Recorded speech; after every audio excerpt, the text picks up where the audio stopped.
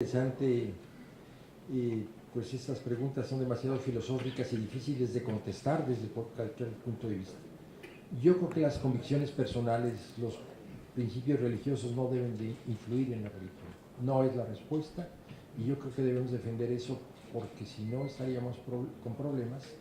Y esto se ve muy claramente en los tribunales como el tribunal israelí en materia civil, por ejemplo, en materia familiar. Tiene que tener en cuenta si la religión de la persona es la judía, si es judío ortodoxo, si es musulmán, si es católico, si es agnóstico, y si el juez va a imponer sus criterios religiosos, no podrá impartir justicia. Tendríamos que entender que debemos dejar nuestras creencias en su lugar y no hacerlas efectivas a la hora de resolver ciertos problemas. Es desde luego mi opinión muy personal que no debe de influir en la forma de ver los asuntos. En cuanto a la independencia judicial que debe de haber de los funcionarios judiciales, de los medios, de las empresas de comunicación, de ese grupo de cabilderos que está en todas partes, que tienen la posibilidad de financiar festejos para los miembros de un sector, yo estoy totalmente en contra de que haya eso y además deben estar lo más lejos posible de ello. Y les cuento una experiencia que me tocó vivir con la cual no estuve de acuerdo. En el Tribunal Superior de Justicia teníamos el hecho de que a fin de año pues, teníamos un brindis para darnos un abrazo, brindábamos con sidra o con cualquier cosa y no pasaba de ahí. Poco tiempo después, las empresas televisoras decidieron financiar festivales en donde pagaban el salón a donde iban los funcionarios judiciales y algunos pagaban a los músicos. Entonces es muy agradable para cualquier funcionario judicial para despedirse el tener a Armando Manzanero cantando, pero cuesta 100,000 pesos cada canción que cante. Y entonces, bueno, yo no me imaginaba cuando esas personas que estaban pagando eso tuvieran algún problema o algún asunto en el tribunal. Yo nunca asistí a esas reuniones, nunca asistí a esos comités, los condené públicamente, porque además de aceptar un soborno disfrazado, le comprometen a uno su independencia de esa manera. La terna del presidente de la República, ¿cómo me enteré yo?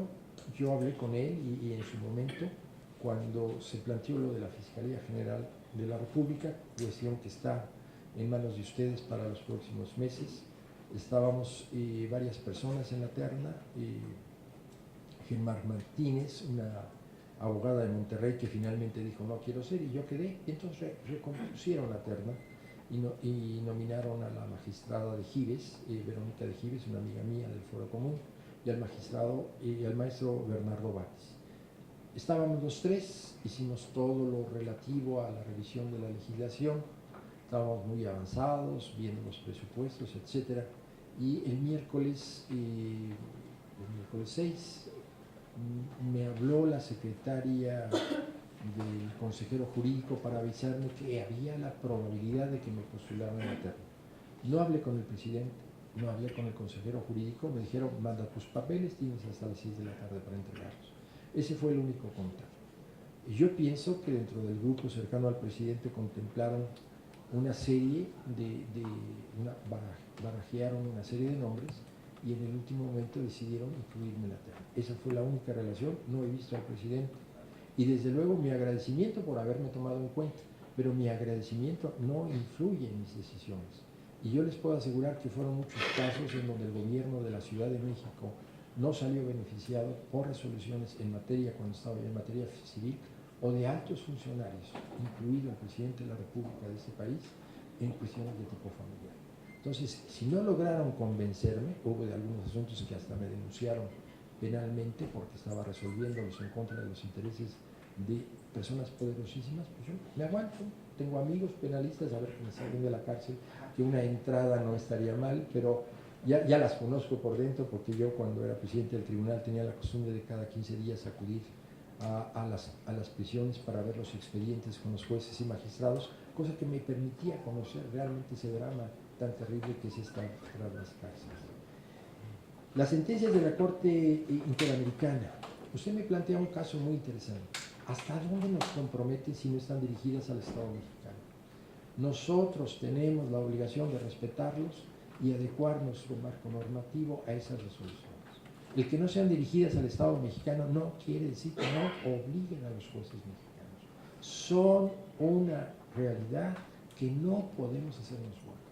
Por eso fue tan importante esa resolución del 2011 que obliga al Estado mexicano y que reconoce la jurisprudencia de la Corte Interamericana para poder mejorar nuestro marco normativo, siempre para mejorar y no para disminuir la obligatoriedad de esas resoluciones. Me dice si las reformas a la Constitución pueden ser inconstitucionales.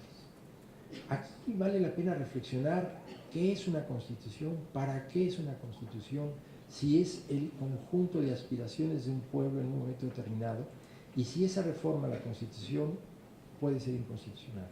Hay que recordar la teoría de las cláusulas pétreas. Hay ciertos principios que no podríamos cambiar. No podríamos regresar al establecimiento de la monarquía, por ejemplo, aunque a algunos les gustaría que fuéramos nuevamente una monarquía. Esas cláusulas pétreas que existen en nuestra Constitución no son negociables. Y si alguna situación en un momento determinado una mayoría decide modificar ciertos principios que debemos de avalar, pues el pueblo se va a rebelar. El principio de la no reelección es algo que no podemos, nuestro régimen democrático no podemos modificar. Eso, aunque se aprobara, no sería aplicable y habría medios para evitar todo esto. La militarización.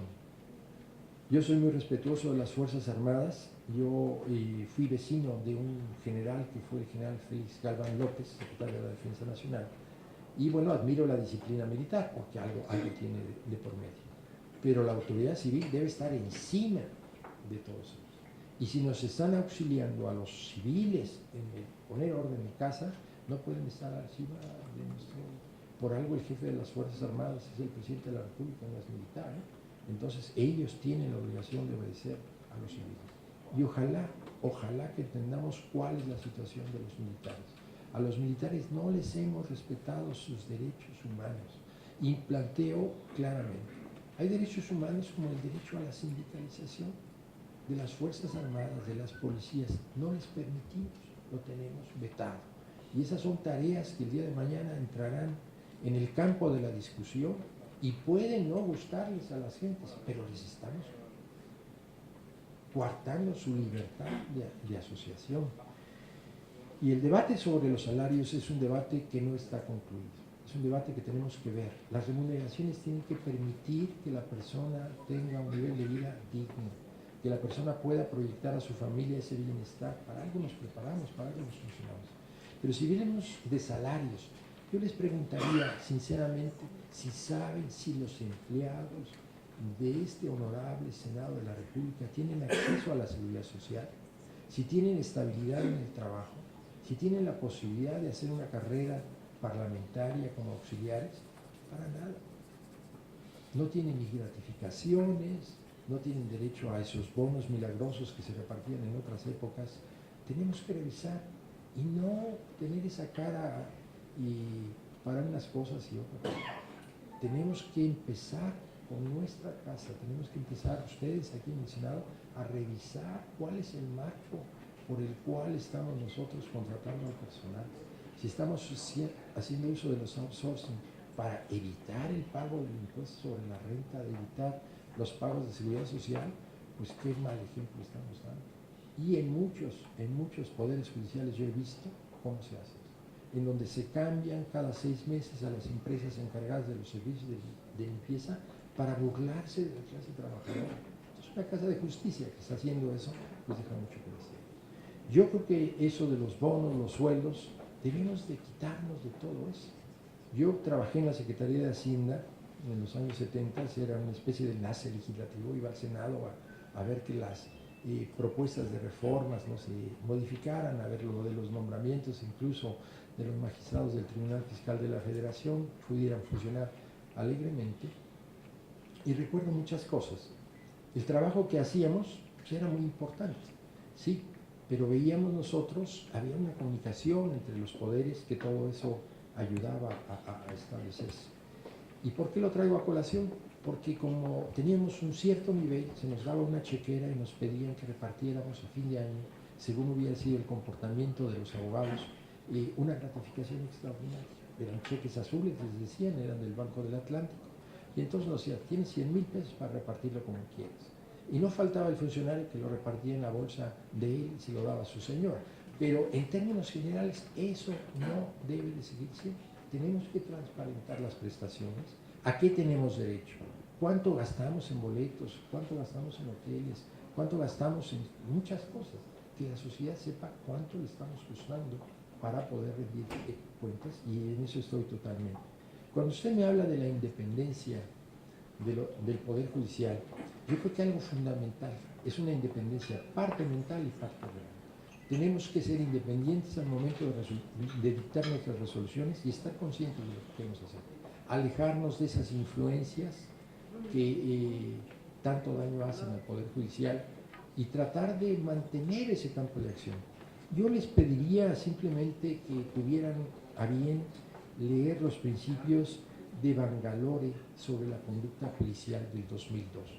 Aquí se resumen, en una reunión que hubo en La Haya, en los Países Bajos, se resumen los puntos en los que se contempla a nivel internacional la conducta judicial. Esto incluye el que los funcionarios judiciales no deben de escuchar a las partes por separado, el que los debates deben de hacerse en lo interno y sobre todo deben de ponderar los jueces el sentido de sus resoluciones, el que el Poder Judicial pueda calificar la conducta del juez, la conducta del abogado, si el abogado fue negligente, si en el trayecto del pleito judicial se vendió, si podemos nosotros obligar a que la gente tenga una especie de colegiación obligatoria en donde sea aprobado por los propios tribunales y no que la sociedad pueda estar en manos de mercenarios. Yo creo que hay mucho que hacer. Yo creo que las resoluciones de los tribunales federales deben ir encaminadas hacia estuvo mal planteado, estuvo mal defendido, etc., porque el derecho humano a la defensa se pierde. Muchas gracias, señora.